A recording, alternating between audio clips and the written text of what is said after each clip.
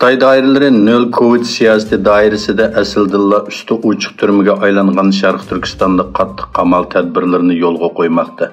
Ko'zatchilar navbat Xitoyning numussizlarcha virusni chet eldan kirganda butun ofatning manbasini chet elga ortishga urinish bilan birga Sharq Turkistondagi lager va turma sirtida qolgan xalqni osh qo'yib qiynab yuragini ezishni planlaganligini, aslida Xitoyning razil maqsadining Sharq Turkistonning xalqini virus bahonasi bilan texmi qattiq bostirish ekanligini, navbat qattiq qamalning xalqaroda andish paydo qilayotganligini bildirishmoqda. 14 avgust kuni İstanbulda ochilgan birinchi qitimli xalqaro oila tarbiyasi yetakchilari va maslahat berish mutaxassislari uchrashuvida Sharq Turkiston masalasi kun tartibga keltirildi. Yig'inga xalqaro Sharq Turkiston tashkilotlar birligiga vakolatan Arab Islom dunyosi xalq diplomatiya ishlari mas'uli Muhammad Amin Uyg'uri ishtirok qildi. Yig'inda Xitoyning assimilyatsiya siyosati natijasida Sharq Turkistondagi oila krizisi temasida so'z qilgan Muhammad Amin Uyg'uri navbatdagi Sharq Turkistonning ahvoli, Xitoyning Sharq Turkistonda ijro qilayotgan irqiy qirg'inchilik jinoyati, shundaqla Xitoyning Sharq Turkistonda ijro qilayotgan xalqning oila mahrumiyatiga tajovuz qilish, atalmish qo'shmoq tuqqan siyosati nomida Sharq Turkiston xalqining oilasiga majburiy kirib, nazorat qilish qatorliq jinoyatlarni tonishtirdi. Amerika parlamenti a'zolarining Tayvanga qilgan ziyoratidan keyin Xitoy Tayvanning siyosiy arboblariga viza cheklamasi va o'xshamagan jazo yurgizdi.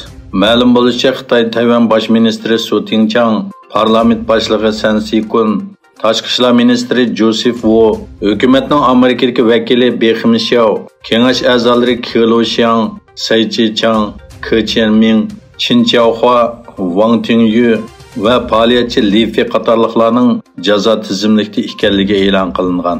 Bu kishilarning Xitoy cho'nqiroqligi, Hong Kong va Auminga kirishi bu rayonlardagi shaxsiy yoki o'rinlar bilan iqtisodiy va shaxsiy aloqa qilishi cheklangan.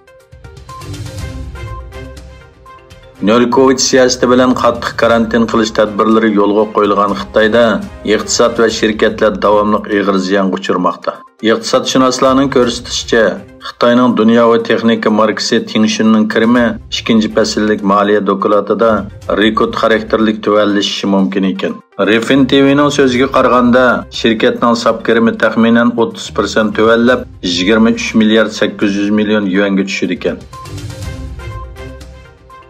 Türkiye prezidenti Recep Tayyip Erdoğan Türkiye'de resmi ziyareti bo'layotgan Malayziya podshohi Sultan Abdullah Riyatuddin Al Mustafa Billahi Shahni resmi murosim bilan kutib oldi.